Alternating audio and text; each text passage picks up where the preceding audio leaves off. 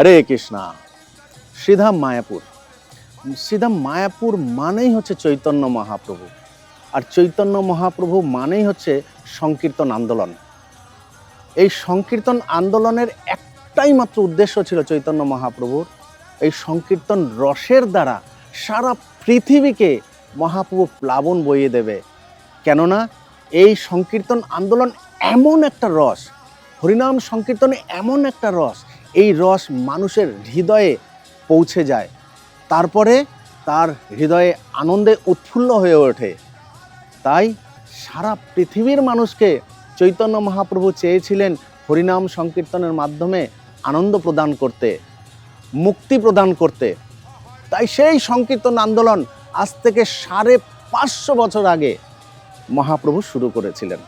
তাই আজ ইস্কন শ্রীধাম মায়াপুর 2026 সালে 13ই ফেব্রুয়ারি কীর্তন মেলার অধিবাস, 14, 15, 16, 17 এবং 18 তারিখ 5 দিন হরিনাম সংকীর্তন মহাপ্রভুর যে আন্দোলন, কীর্তন মেলা শুরু হতে চলেছে।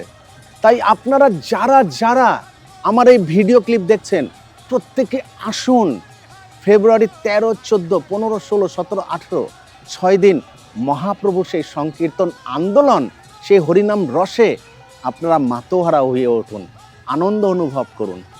হরে কৃষ্ণা। শিল প্রভুপাদ কি জয়।